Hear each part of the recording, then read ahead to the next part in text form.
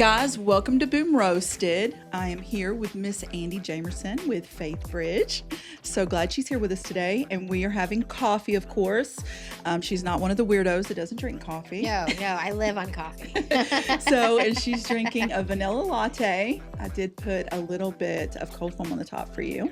It was fantastic. And then I made a shaken espresso for me with caramel and vanilla. So that's my energy for today, and it was good. It was really good. Yeah. So, and I made it at we have a little coffee shop at our church called Poured Out Coffee Shop. Mm-hmm. So our coffee shop sponsors like our mission trips, all of our mission work. That's awesome. So I just ran over there and made it myself today and brought it back over. So nice. That's who's sponsoring our coffee today. So I'm having Andie here today because Andie is here in our building in Eugene Fields, and we met each other. Actually, I was trying to think back to how we met each other, and it was actually through Coyote Hill.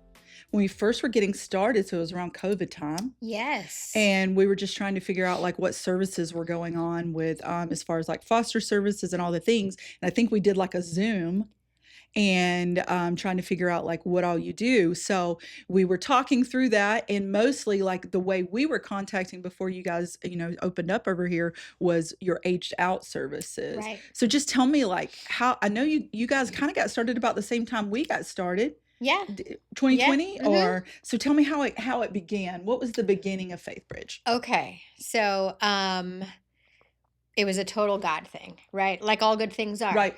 And so let's see. During COVID, my husband and I were, we had decided to take some classes to become foster parents. We had really felt like that draw to be a foster family or to do something in the foster care community, right? And we had lots of friends at our church and in the community who were already either fostering or had adopted. And it was just this growing community that a lot of our friends were a part of. Mm-hmm. And so we were like, it's not like we don't know anybody who does it and it's the unknown. Like it became a very familiar part of our lives. And we're like, why are we not doing this too? Yeah. Right? Like, yeah. And so we started taking the classes through Coyote Hill. Mm-hmm. We got our license through Coyote Hill. But like you said, this was during 2020. Mm-hmm. You couldn't just go to Walmart and buy whatever you wanted or, Right. Whatever. And so we had a friend who had taken in a tiny baby girl. She didn't have any baby girl stuff. And she's like, so, hey, she put out on Facebook, does anybody have this, cribs or bottles or whatever? At the time, we had 2 very young girls and 2 older teenagers. So we had everything that you could need from teenager all the way on down, right? Just taking up space in our house. I'm like, why are we storing these things when other people can be using these things? Exactly. And so I messaged her. I was like, hey, I have a crib. I have all these things. And there was some other stuff that she needed that I didn't have. And so I put out a post and I'm like, hey, I'm looking for this. And other friends were like, hey, we have this.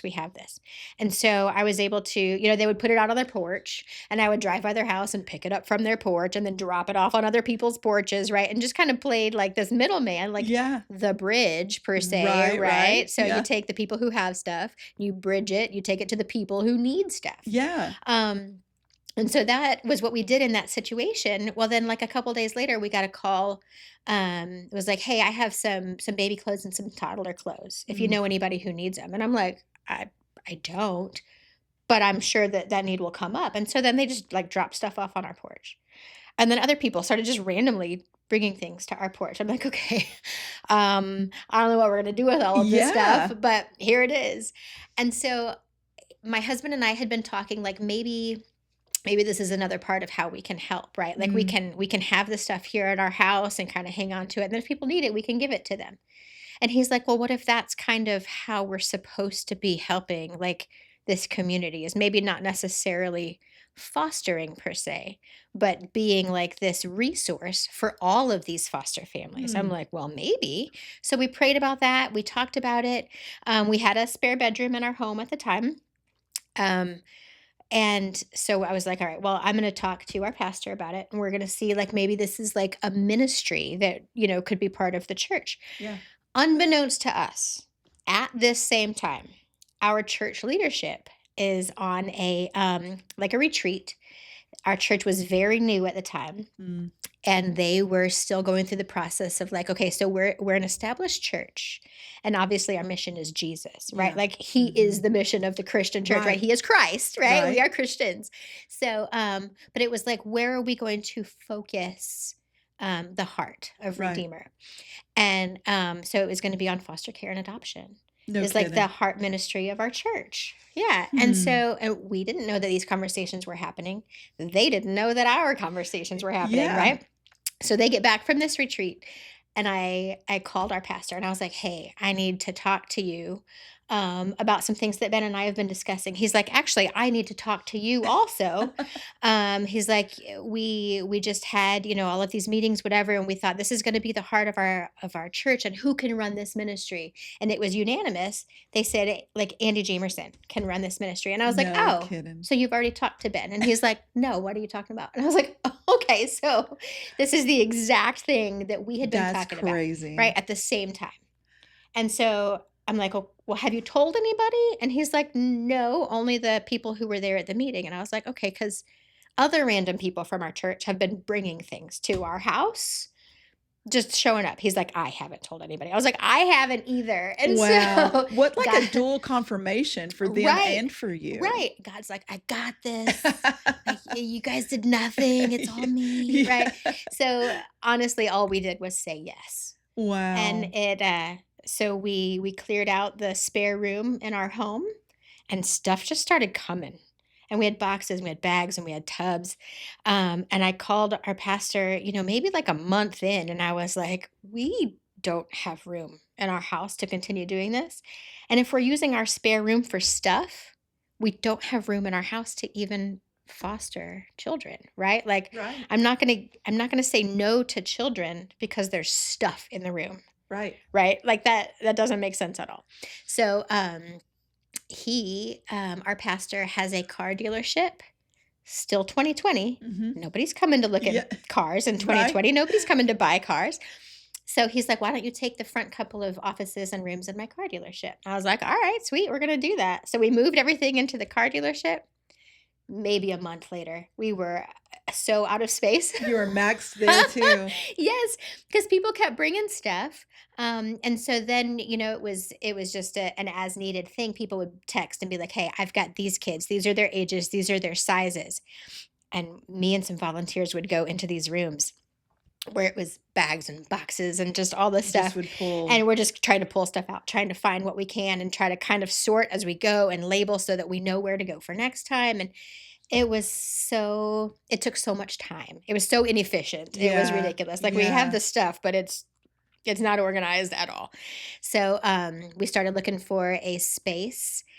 In March of 2021, we decided to not break away from the church at all because they are still our main sponsoring organization and all of that. But we decided to separate and become a separate 501(c)(3) so Right. that we could partner with other churches and Right. other businesses. Which And also helps with like a grant writing yes, and those sort of things when you're not underneath the umbrella of the church, yes, which is what we absolutely. found as well. Yeah, yeah. And unfortunately, you have to do that, Yep, right? you And do. so we did. We still partner with Redeemer Church. They are Yep, still us fantastic. The too. pastor's on our board, all the things. Yeah. But we became our own 501(c)(3), and we rented a space. We opened that space in July of 2021, so 5 years ago. And about 2 months later, we ran out of room and we needed another space. And a couple of months after that, we ran out of room again and we needed a big storage facility. Um, and it's just the way the programs have grown and the reach has grown. All of it is just, it's expanded so much further than I could have ever thought 5 years ago that Isn't that that would crazy to happen. think about like COVID in your bedroom or on your front porch, Right, really? right. Yeah. And then it just grew and grew and grew. I mean, and honestly, if the Lord would have showed you that plan then, you'd be like, I can't do that. I don't have time for that. I don't have the resources for that. Right, You might would right. have said no. Right, Like, like, I've got babies, yeah, I've got teenagers, right?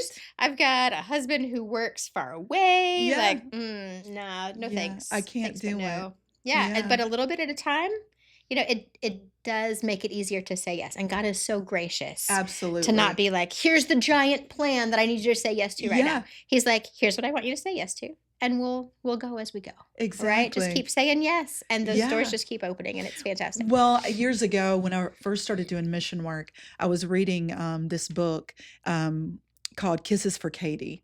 And it's a beautiful book of this young lady who is from Brentwood, Tennessee, that wanted to do just a short term mission trip to Africa, like teach a preschool class. Like, so she was going when she was 18 years old, going to teach this little preschool class and then come home, go to college. It's going to be an experience. And she gets over there and she realizes, like, no, like, I think this is supposed to be my life.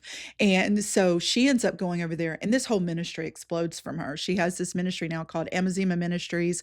It like ends up, she adopts like 13 girls. She has a refugee camp. She has an after school program. She has a full school compound. Like it's massive.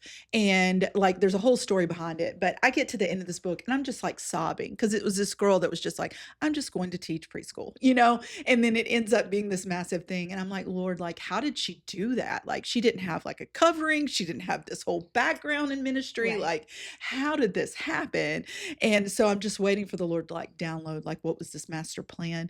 And he was like, oh, she said yes. I was like, Yeah. Yeah, she that's said it. yes. Like, that's what happened. And then it just took me back to like, the scripture where Isaiah, where the Lord said, I just looked across the earth and I was looking for someone. And he said, well, here I am, Lord. Like, send Yeah. me. I'll go. Yep. I'll say yes to that. Yeah. And did Isaiah know that that was going to mean he was going to be stoned and run out of the city and Right. that people were going to mock him? Probably not when he Right. said yes, Right.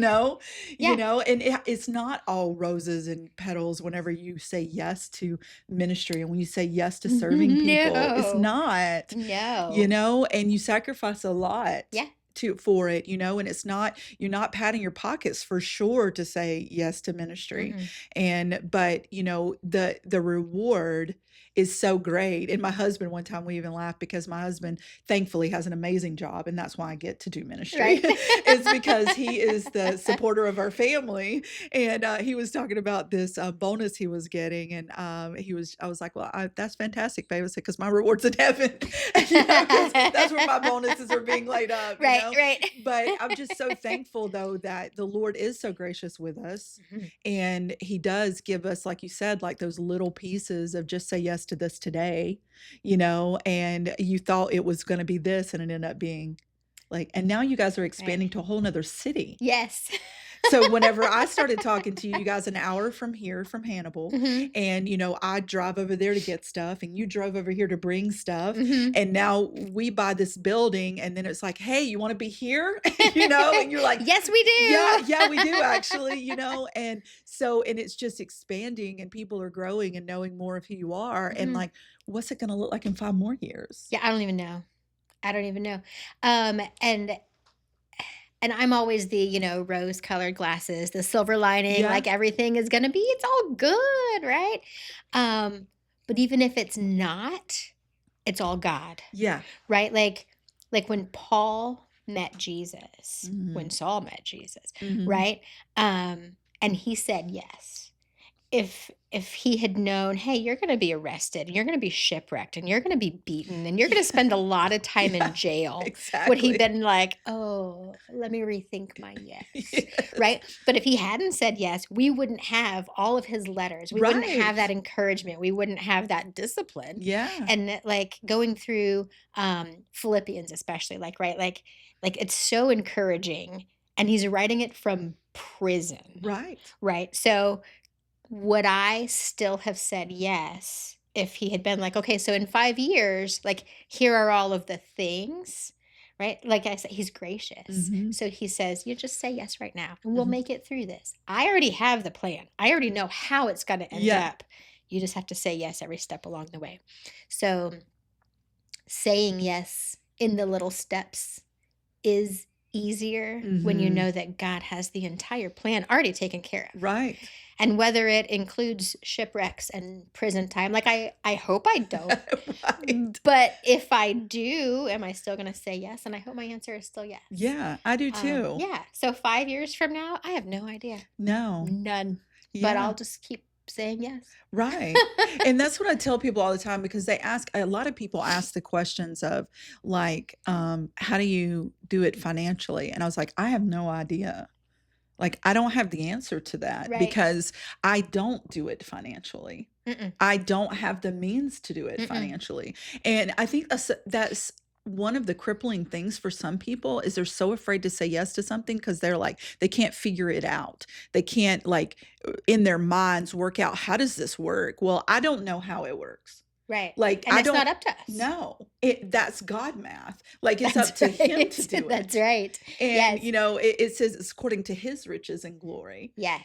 So whenever it starts to crunch time, because when we bought this building, yes, I mean, we had a miracle in how we obtained the building, Mhm. like, and that was great, but that didn't mean that I wasn't going to get, the electricity bills that are, thousands of dollars a Mhm. month. Like, then what do I do? Well, then Right. I have to rely on the same one who gave us the miracle to get the building. Like, Right. okay, God, what do we do then? Yeah. You Yeah. know? His calling on our lives is not dependent on our financial No, situation. no, because Mm-mm. if it was, I'd be in I'd trouble. I'd be sitting at home Yeah, sipping my coffee by myself, that's right? Being like, all exactly right, right. now what, God? Yeah, Because you showed me all of these awesome things, but I said no because right, I'm scared and I can't plan it out on paper. I can't figure it out. So no. And God's right. like, I'm a little smarter than you. I Yeah, got this already. Just say yes. and so many people, I think, just miss out on such big things because they can't figure it out in their own minds, Hmm. and if they can't figure it out in their own minds but I'm like, if you have to figure out everything yourself, like, how limiting is that? Oh Like, gosh. Yeah. I mean, think about just even being a parent. Like, I think about, I mean, my first child I had at 19 years old, and I knew nothing. Right. Like, Right. absolutely nothing. And even the parent I am, because my last child I had at 30, like, like when they say you're a different parent to every child, that's real. Yes. That is absolutely real. And Yes. so we go into so many things not knowing what we're doing. We're really taking a chance.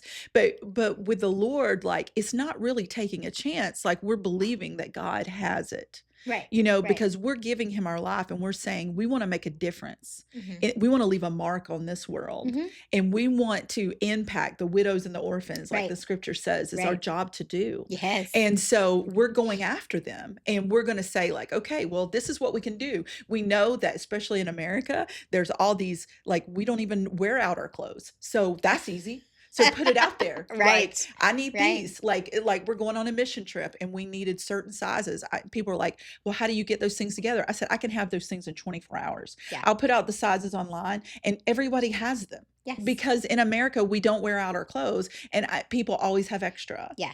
Our and so clothes, it's, our stuff, I, our fill yeah, in the blank, that's all of it. right. All of Hmm. it. Yeah. We change our decorations, every year, Right. and so like, and that's why you are able to have what you do for your kids. Hmm. And it's just like trying to figure out. And so many people are just like, how do you do that? And it's like, it really is as simple as the yes. Quit making excuses for it and just do Just do something. it. Yeah. Just do something, Right. and if you've got an hour in the week and when people are like, well, I don't really have time, like, come on, look at your cell phone. How much time have you spent scrolling? Yeah, you do have time. Yeah. It's just about the priority, Right. of where you're putting that time and what you're doing with that time.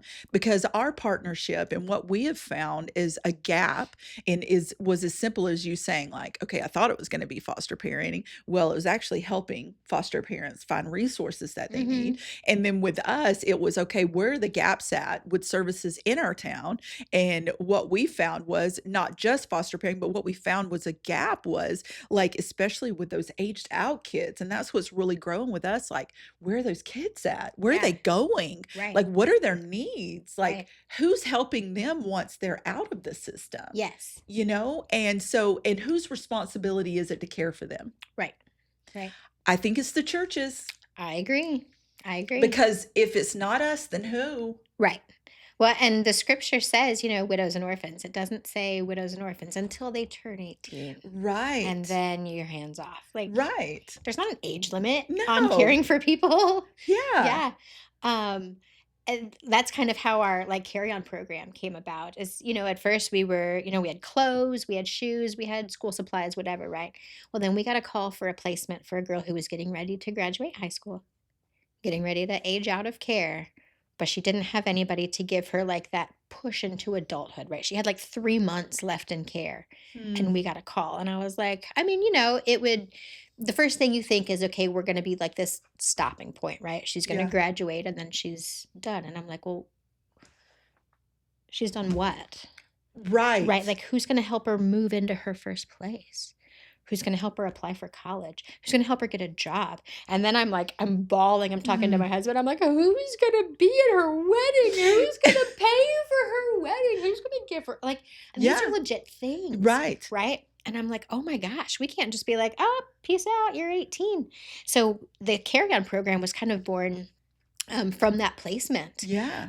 where it's like, now, what would you need next? And what Yeah. would you need next? And so she's like, well, this. And I'm trying to think, okay, when I was 18, like I joined the army. Mm. So I didn't have these needs. Yeah. And the military is still a great choice if anybody Yeah. wants to do it. Yeah. But unfortunately, a lot of kids who do age out, they don't graduate high school. Yeah. So then they need to get their GED or their high set if that's something they choose. Mhm. But they can't just be homeless. They Mhm. don't have a place to live anymore, Yeah. right? Like they need all of these things. And so the Carry On program, through that we help them with all of these things. We furnish their apartment, we help them find an apartment if necessary, or find a job, or get Mhm. into, whatever programs it is. And I totally get it that by the time they're 18, they're ready to be done with programs Yes. and people in charge of them. And Yes. so like you said, we have to find those kids because they're not typically raising their hands being like, hey, I'm over here. I want to be part of your next program. Yeah. I want more people to be in charge of me. Right.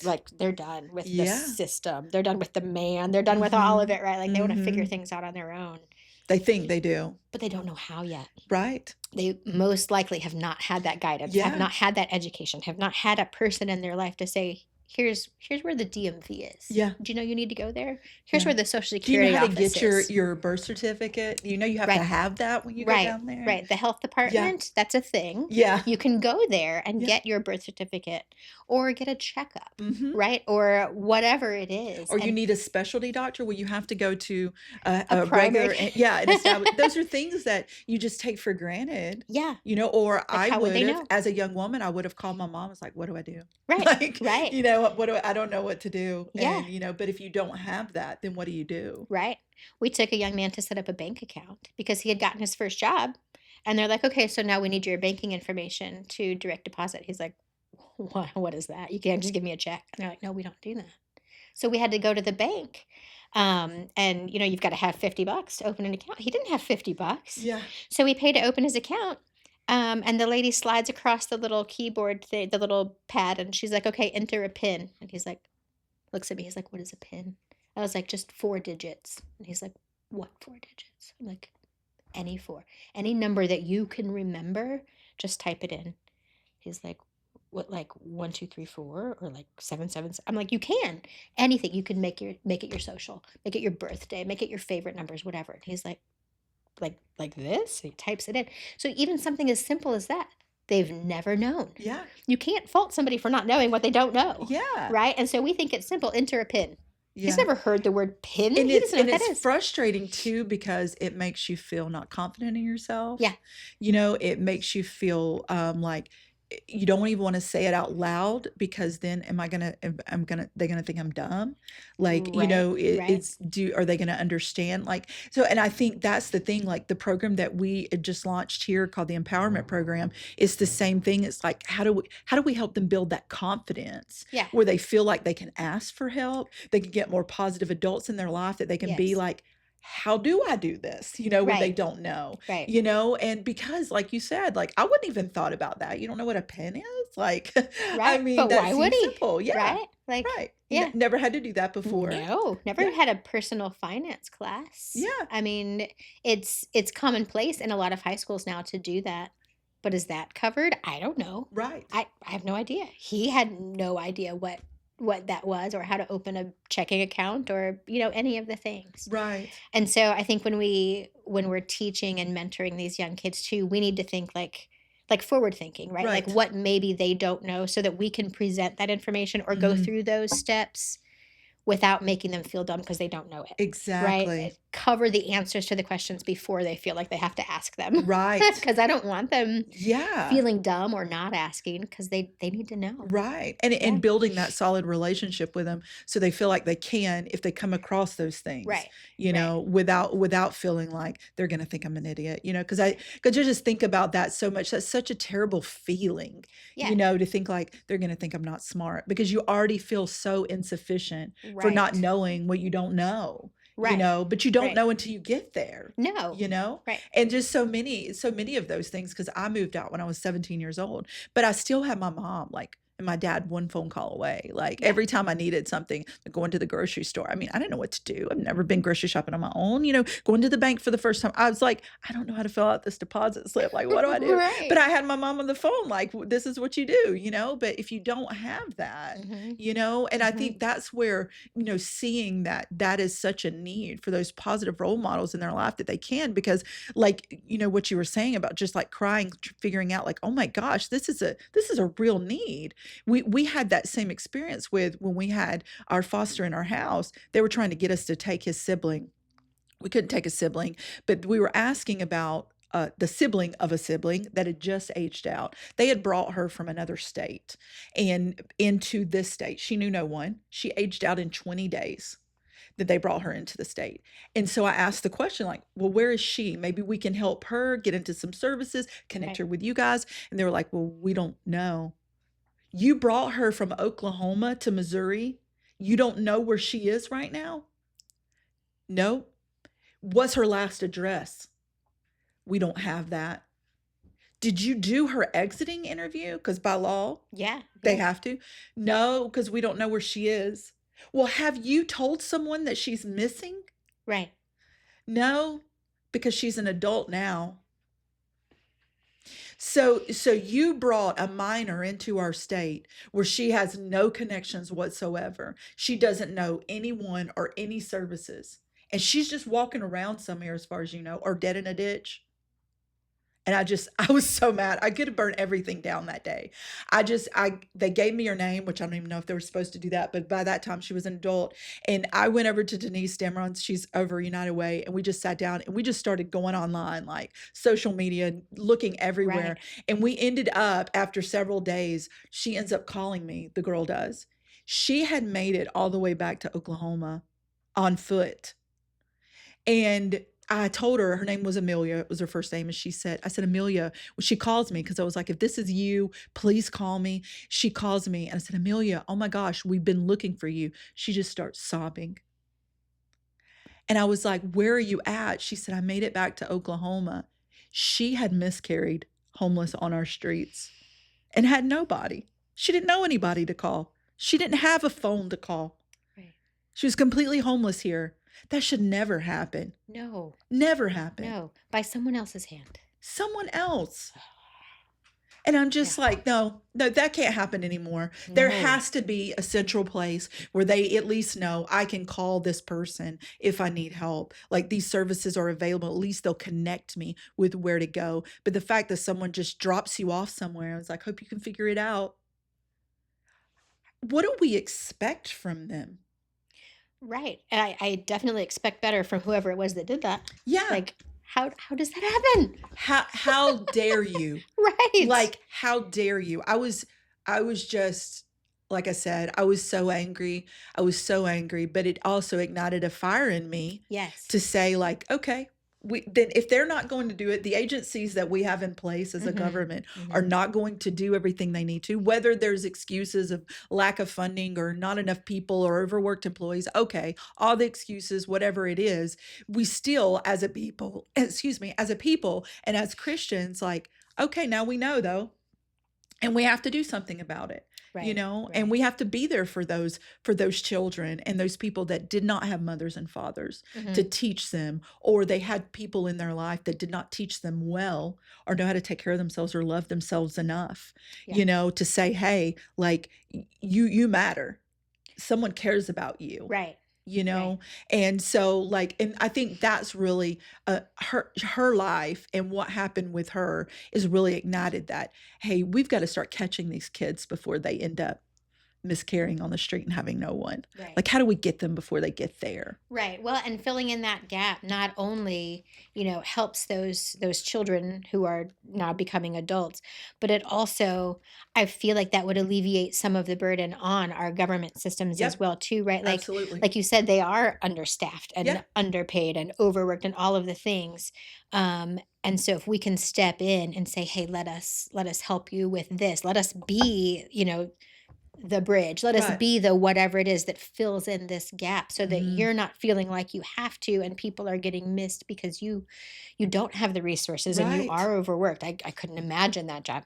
But also the kids on the other end of it, like we can't allow that um to hinder them or to have them experience those things that are completely unnecessary. So yeah, how do we fill that in and ultimately help these children but also help the system, That's right? exactly Like right. all of it. Yeah, Yeah. how can we work together and Yeah. do better with that? Yeah. And say, like today, I mean, we had a government agency come in our building today, had no idea we existed. We've been here for 6 years. And some of it is because there is, sometimes there's a rivalry, between government systems or other Sure. agencies. And Sure. we're like, can we just put all that aside and just say it's for the kids? Like Yes. we're doing this. We all want the same thing, Right, you right. We know? have to cooperate. We have to work together. We Right. can't, like, we're not competitors. No Oh way. my goodness, no. There's enough problems to go around, right? Like we don't Exactly. have to fight over a handful of them. They are Exactly. everywhere. Yeah, Yeah, so, like, we so have to learn to work we together have to. and put that aside. I Yeah, don't care if my name is on anything. same. Just can we just help these kids? Yep. Can we get in the way of these kids to keep them from being on the street, keep them from thinking that their only way of life is on the streets and Yeah, choosing crime or right. addiction or the way of life of their parents and Right. just repeating cycles? Right. Like, can we get in the way of that and letting them know that there are people that actually care? Mhm. You Mhm. know, and I get it, and I'm not blaming all the people that work because it's not everyone. Because I know there are genuine people that actually care about their Oh, jobs absolutely. and care about their children, and there's not enough of them to go around. I No. totally get it. It's not their No. fault, Mm-mm. not always. And so, but we've gotta just keep saying yes. And the more of us believers that can keep saying yes to what Mhm. God is calling us Right. to, the little things, like I had a lady the other day that she buys suitcases that she finds at yard sales, and then she'll go buy this little neck pillow to sit on top of it that's cute. And she's like, I know this is simple, but it's just something I really feel called to do for foster kids. And she just brings them and drops by. And that sounds so small, but it's a big deal. It is a big deal. And that Yeah. if everybody would just listen to those little bitty nudges from the Lord Mhm. of Mhm. just do this small thing, Right. just start here. We have Right. another lady that makes these drawstring backpacks Uh-huh. for our food pantries. She finds leftover materials and she just hand makes these little bags, and That's that's what so we put our cool. bags from our food pantries. Like, all of that matters. And instead Yes. of people just being like, it's not enough, or I don't have anything to offer, it's just like, please just say yes. Right. Just say Right. yes. It may not be, a 30,000 square foot building like this, and I didn't know it'd ever be this either, but just Right. like the little things, like all of those little pieces coming together Mhm. matters, Mhm. and Yes. and if we can like roast our excuses, and that's, the premise of what we do on the show, like roasting those excuses and just saying like, hey, we're just going to all do it for Jesus. Yeah. Just saying yes to that. Yeah. So, I Yeah. mean, Because a 30,000 square foot building means nothing if there aren't all the little yeses along the way to fill it up. that's exactly right. Yeah. That's exactly right, because we can't exist in this 30,000 square foot building if everybody doesn't say their yeses. Right. Because I'm not big enough to Right. fill this by No. myself. Right? I am No. not. The Faith Bridge in Moberly, same. It's a 20,000 square foot storefront. So we have Yeah. 3 stores and our storage facility inside of there. Yeah, But without all of the yeses, we just have an empty building. that's right. And that's pointless. Yeah, Right? exactly. Like, yeah. And it takes us all. So thank you for coming today. Of course. I appreciate it so Yes, much, and having absolutely. coffee with me. Oh, the coffee was fantastic. Yeah, Thank so we'll you. have to do that again. I'll have to come bring you over to the church and let you see our little coffee shop sometime. Yeah. So Yeah. it's been great. So thank you for joining us on Boom Roasted. We hope you guys will watch it on YouTube or Facebook or any of the Audible platforms. And guys, make sure that you go out and do something amazing for Jesus, say yes, and keep saying yes.